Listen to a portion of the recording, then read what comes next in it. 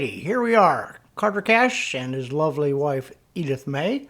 We are literally zooming our way towards the Great Smoky Mountains National Park using the Pigeon Forge Parkway. And we are right now doing a blistering 0.1 miles per hour. Now, why is that, you ask?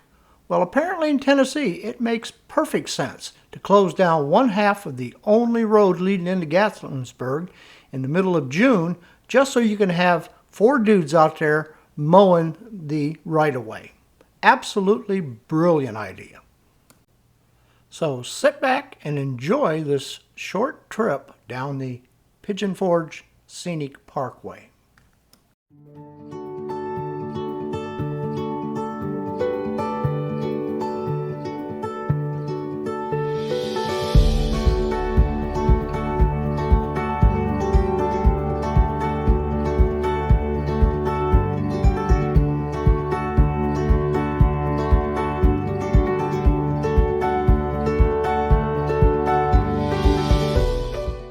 Well, we finally made it to Gatlinburg, and my first impression is it beats the hell out of Pigeon Forge. But that'll have to wait till next week's episode to hear more about Pigeon Forge. Other impressions of Gatlinburg is that it certainly is cleaner and more tastefully developed than other tourist areas around here. It seems to have plenty of off-street parking, which if you're going to have a lot of traffic going through town, that would be high on the priority. This is the shopping and entertainment district of Gatlinburg. It runs maybe 2 miles. I don't know. Edith May and I walked a good mile down, across the street, and walked a mile back up and looked at things to do. And speaking of things to do, the #1 attraction in Gatlinburg is, I hope you're ready for this, eat pancakes. Yep, you heard it here on Random Destination. Eating pancakes is apparently the #1 thing to do in Gatlinburg. If you notice over on the left side of the road, you'll see people lined up about 20 feet deep, 3 across, all waiting to get in line to go eat pancakes. I don't care how great the pancakes are, they're still just pancakes, and that's not my first choice for a breakfast on a sweltering hot day like today. There are a ton of places to shop and eat and things to look at in downtown Gatlinburg, but Carter Cash has figured out a way that you can compress that into a good 1 or 2 hours at most. First, park the damn car and just wander a couple of blocks down into the shopping district. Then randomly pick 3 or 4 different types of businesses you're interested in. We picked liquor/wine shops, ice cream, souvenirs, and of course food. After just 2 or 3 blocks, you'll have learned that you have now seen all there is to see in Gatlinburg.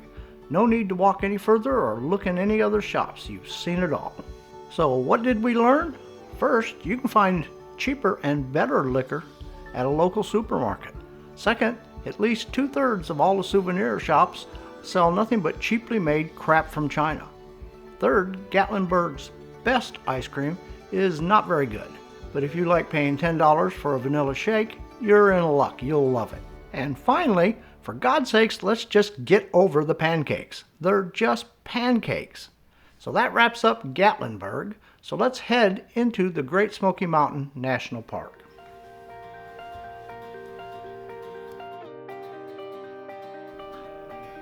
Well, once you get out of the traffic of Gatlinburg and enter into the Great Smoky Mountains National Park, everything changes. It is absolutely beautiful. All of the crowds seem to disappear and suddenly it becomes quiet. Even with all the other visitors, you feel as if you have this place all to yourself. Our first stop into the Great Smoky Mountains National Park is going to be the Sugarland Visitor Center. I've heard it's very nice. I think we're probably going to try to pick up some tour maps and maybe check out the gift shop. And of course, being elderly, we'll inspect the restrooms. And from there, I think we're planning on driving up to Newfound Gap. So we'll get back to you after we've checked out the visitor center.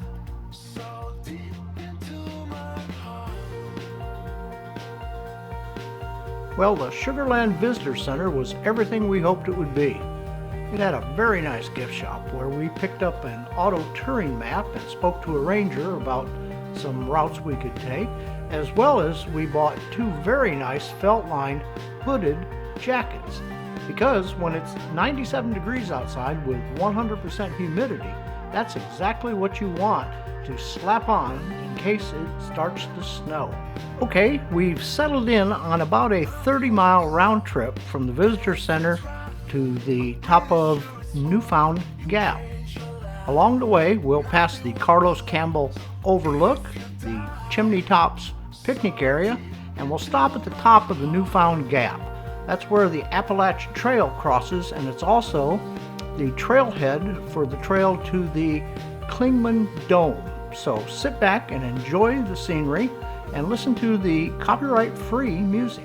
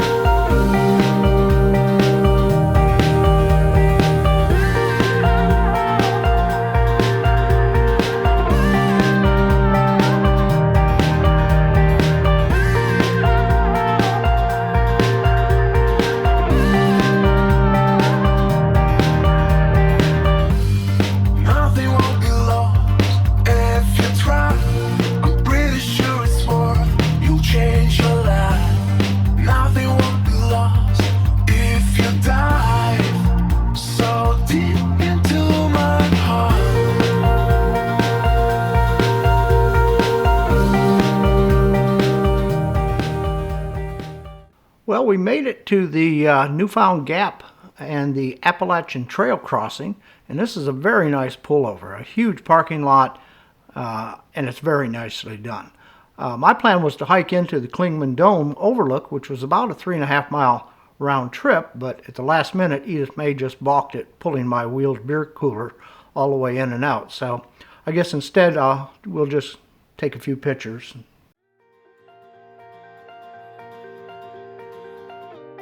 We're 1,900 more miles down this trail right here, and we'll be in Maine. 1,900 miles. Yeah, I think Edith and I are going to pass on this walk.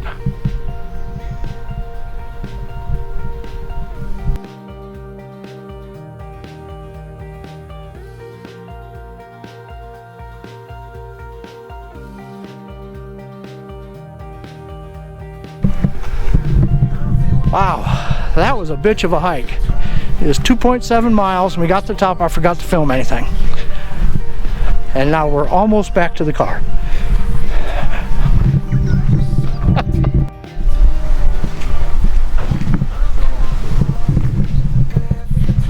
All right, we're going to go down and check out one of the #1 most requested stop sites on the Appalachian Trail. It's called the Restroom. If you're over 65 or 70 and a man like I am, you tend to visit them all. Well, that will about wrap up this trip to the Great Smoky Mountains National Park. I think next time I would definitely skip the Tennessee, Gatlinburg, Pigeon Forge entrance area and come in via the North Carolina Cherokee Maggie Valley entrance. By the time you drive to the Newfound Gap area, you're already halfway to the North Carolina entrance anyway.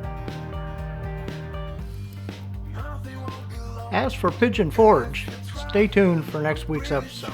That's all I got to say about that. Take care.